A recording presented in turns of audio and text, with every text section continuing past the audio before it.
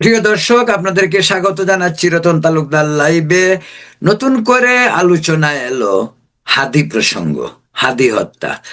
কলকাতায় গতকাল পশ্চিমবঙ্গের সাবেক মুখ্যমন্ত্রী মমতা ব্যানার্জি, যিনি কদিন আগেই নির্বাচনে তার দলের ভরাডুবির পর তিনি ক্ষমতাচ্যুত হয়েছেন, এবং তিনি কখনোই স্বীকার করেননি যে তিনি হেরেছেন।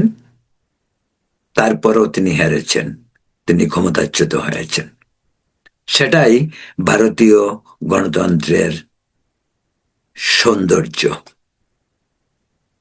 মমতা ব্যানার্জি অনেকটাই ভারসাম্যহীন মানসিকভাবে, যেটা মনে হচ্ছে। আপনারা যদি আগের মমতা ব্যানার্জি আর আজকের মমতা ব্যানার্জি কে তুলনা করা যায়, মমতা ব্যানার্জির আগে থেকেই কথাবার্তায় তিনি ছিলেন অত্যন্ত লাগামহীন, উদ্ধত ছিল অনেক, দম্ভ অহংকার। ওই আমাদের অনেকাংশে আমাদের সাবেক প্রধানমন্ত্রী শেখ হাসিনার মতো। মমতা ব্যানার্জি ক্ষমতাচ্যুত হয়ে যেন আরো বেশি এক ধরনের, কি বলা যেতে পারে, একদম উচ্ছৃঙ্খল ভাবে আচরণ করছেন, যে আচরণটিকে কোনো অবস্থাতেই স্বাভাবিক আচরণ বলা যায় না। যাই হোক, সেটা মমতা ব্যানার্জির ব্যাপার। তিনি অভিযোগ করেছেন, তিনি ধর্নায় বসে, একটি বিক্ষোভে বসে ওয়াই চ্যানেলের কাছে তিনি বিক্ষোভ থেকে সাংবাদিকদের বলেছেন, প্রতিবেশী বাংলাদেশে হাদি হত্যা নিয়ে যদি আমি মুখ খুলি তাহলে বাংলাদেশ উত্তাল হবে। আমাকে মুখ বন্ধ রাখার জন্য বলা হয়েছিল কেন্দ্রীয় সরকারের স্বরাষ্ট্রমন্ত্রী অমিত শাহর কাছ থেকে। বেশ গুরুতর অভিযোগের কথাই বলা যেতে পারে। ভারতের গণতান্ত্রিক পরিবেশ এ কারণেই সৌন্দর্য, বলছি আগে, যে মানুষ কথা বলতে পারে। এটা আমাদের দেশে হলে সম্ভব নয়, কিন্তু ভারতের মতো গণতান্ত্রিক দেশে কথা বলতে পারে।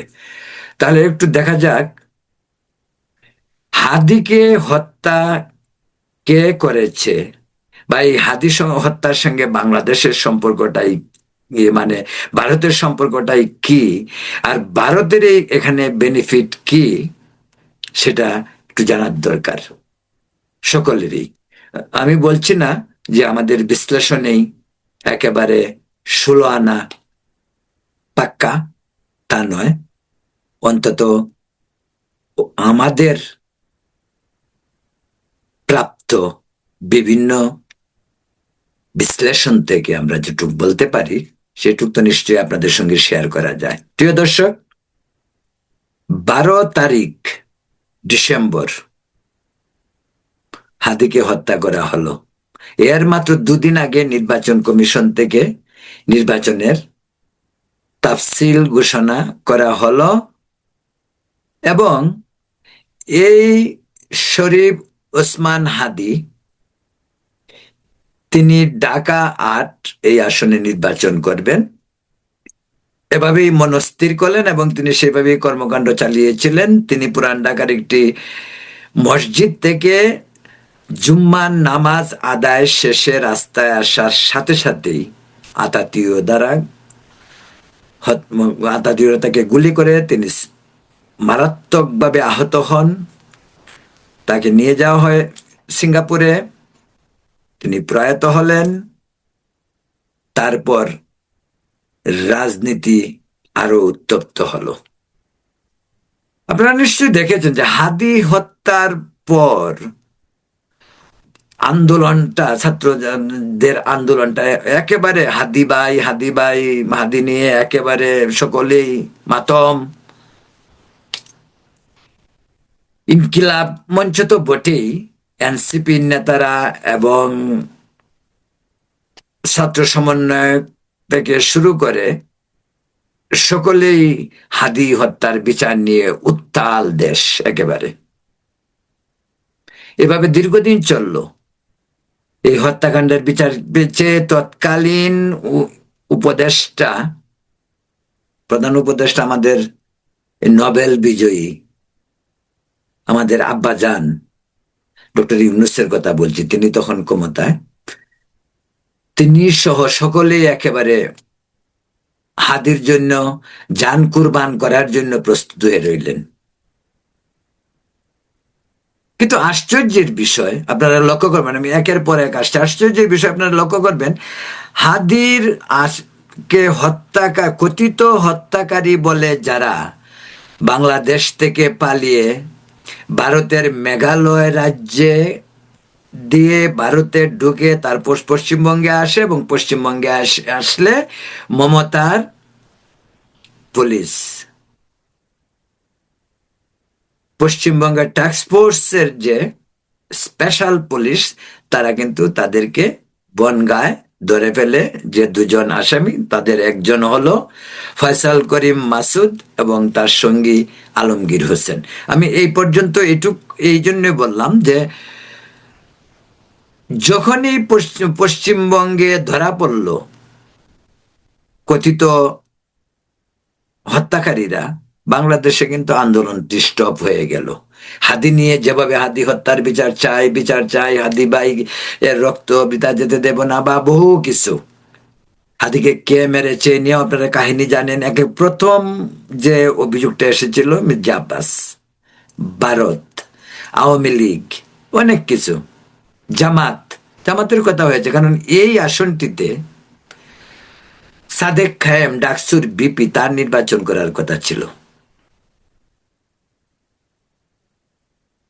তো রহস্য বিভিন্নভাবে আসছে।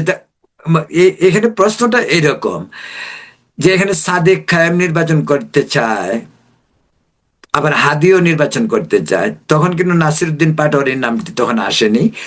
হাদি মাইনাস হওয়ার পর, মারা যাওয়ার পর, নাসিরউদ্দিন কায়েম, সাদেক খায়েম কিন্তু আর এখানে আসেনি, যেহেতু তার নামটি একবার আগে উঠে গিয়েছিল যে ও এখানে নির্বাচন করবে বলেই হাদিকে সরিয়ে দেওয়া হয়েছে এরকম। এবং ব্লেমটা দেওয়া হচ্ছে বিএনপি নেতা মির্জা আব্বাসের উপর। আবার এদিক দিয়ে ভারত এবং কি বলে ভারত সহ অন্যান্যদেরকে, আওয়ামী লীগের লোকজন, এরকম অভিযোগ দেওয়া হয়েছে। ঘটনা কিন্তু কিছুই জানতে পারিনি আমরা এখন পর্যন্ত, তবে যতটুকু অনুমান করা যায়। তবে এখানে একটি বিষয় বলে রাখি, সেটা হলো যে হাদির কথিত হত্যাকারী যে বিষয়টি আগে বলছিলাম, যে যাদেরকে কলকাতায় গ্রেপ্তার করা হলো, তাদের গ্রেপ্তার হওয়ার পর যারা বাংলাদেশে হাদির জন্য কান্নাকাটি করা শুরু করেছিল, মাতম করতেছিল, তারা হঠাৎ নীরব হয়ে গেল কেন? এটা তো আরো সুখবর।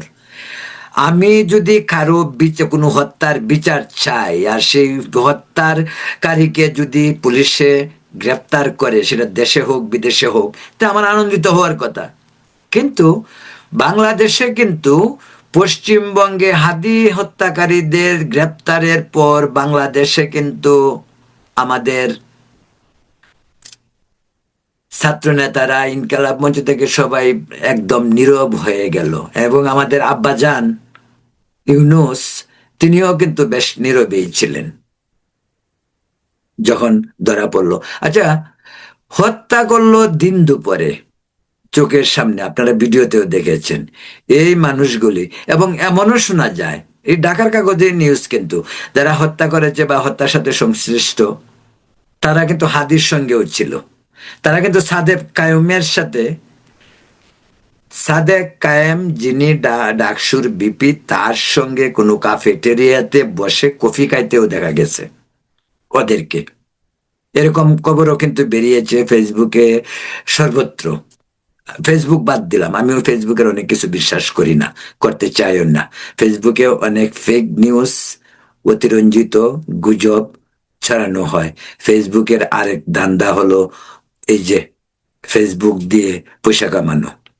সেই ধান্দার কারণে ফেসবুক এমন এক অবস্থা হয়েছে, মানুষের চরিত্র হনন থেকে শুরু করে সবকিছুই ফেসবুকে অবলীলায় করা যায়, এবং সেটা হচ্ছে। যাই হোক, সেটা ইস্যু না এখন।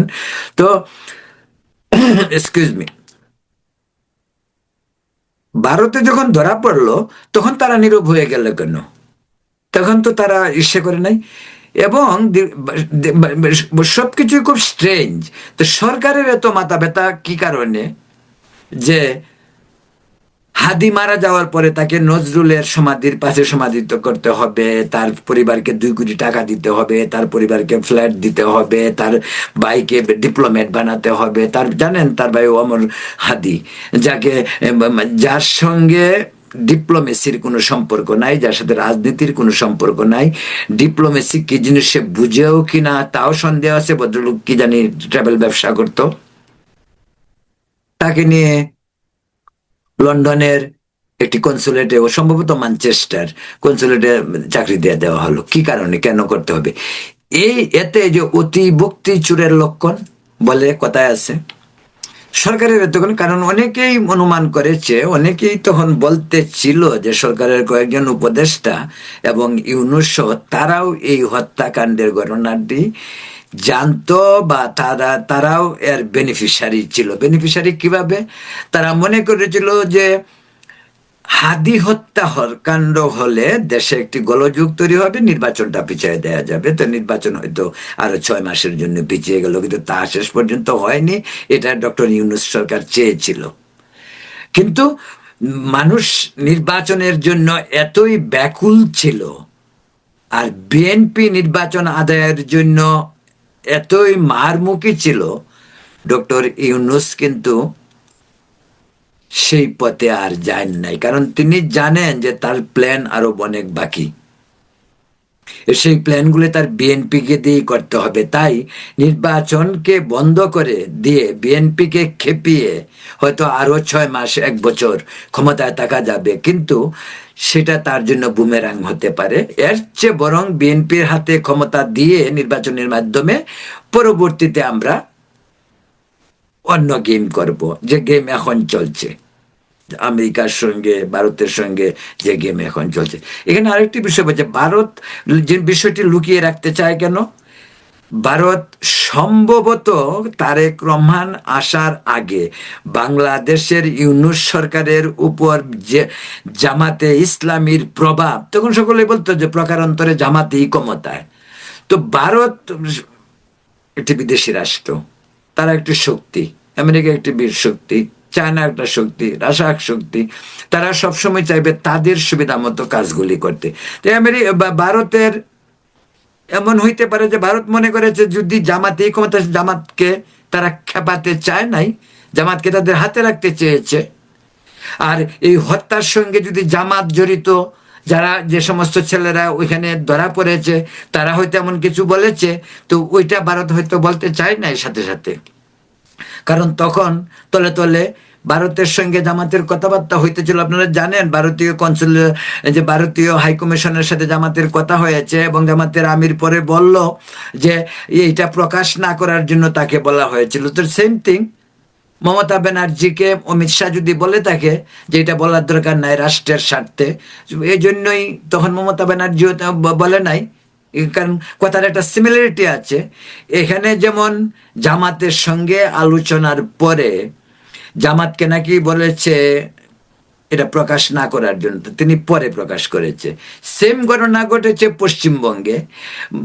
ওদেরকে ধরা যাওয়ার পরে, যেহেতু পশ্চিমবঙ্গের পুলিশ তাকে ধরেছে, ও স্বরাষ্ট্রমন্ত্রী ফোন করে মমতা ব্যানার্জিকে বলেছে এটা এখন বলার দরকার নাই, এটা রাষ্ট্রের ব্যাপার, রাষ্ট্রের ব্যাপার বলে মমতা ব্যানার্জি কিছু বলে নাই। কারণ তখন রাজ্য সরকারগুলি পররাষ্ট্র নীতি বা পররাষ্ট্র ব্যাপারে কোনো ধরনের মন্তব্য করতে পারে না, আনলেস আনটিল কেন্দ্রীয় সরকার যদি তাদেরকে পারমিশন না দেয়। তো এই কারণেই অমিত শাহ তাকে বলে দিয়েছে যে বলার দরকার নেই। ঘটনা এই, তাহলে এতে কি বোঝা যাচ্ছে? এই হাদি হত্যার সঙ্গে জামাত, ইউনূস সহ তার কজন উপদেষ্টা কি জড়িত হইতে পারে বলে মনে হয় আপনাদের? আমারও মনে হয় না। আশা করি ইনভেস্টিগেশন হবে এবং রহস্যটি বেরিয়ে আসবে।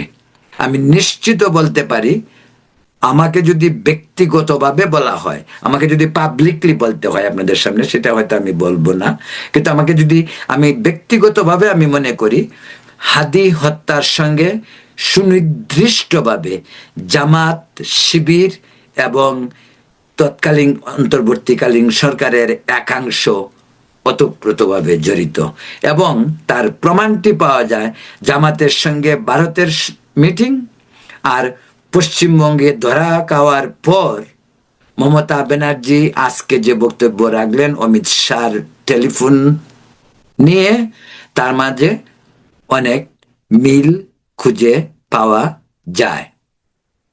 এবং হাদিকে নিয়ে ওইটা আগেই বললাম যে হাদির কি ভূমিকা ছিল বাংলাদেশে আন্দোলনে। জুলাই আন্দোলনে হাদির কোনো ভূমিকা নেই।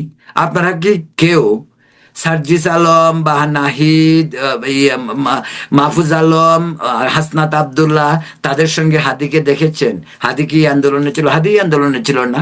হাদি এই জুলাই আন্দোলনের কেউ নয়।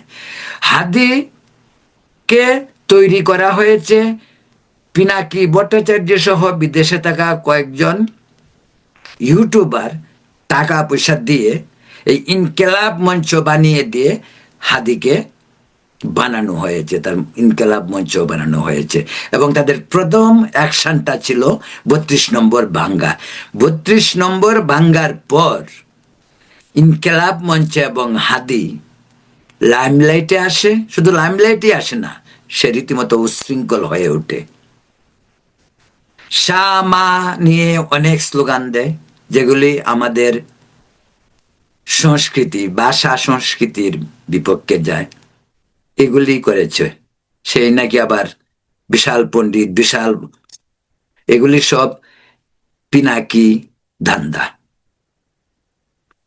তা না হলে আপনারাই কি দেখেছেন কখনো এনসিপি করা পর্যন্ত এই আন্দোলনের পর ওদের কাতারে কখনো হাদিকে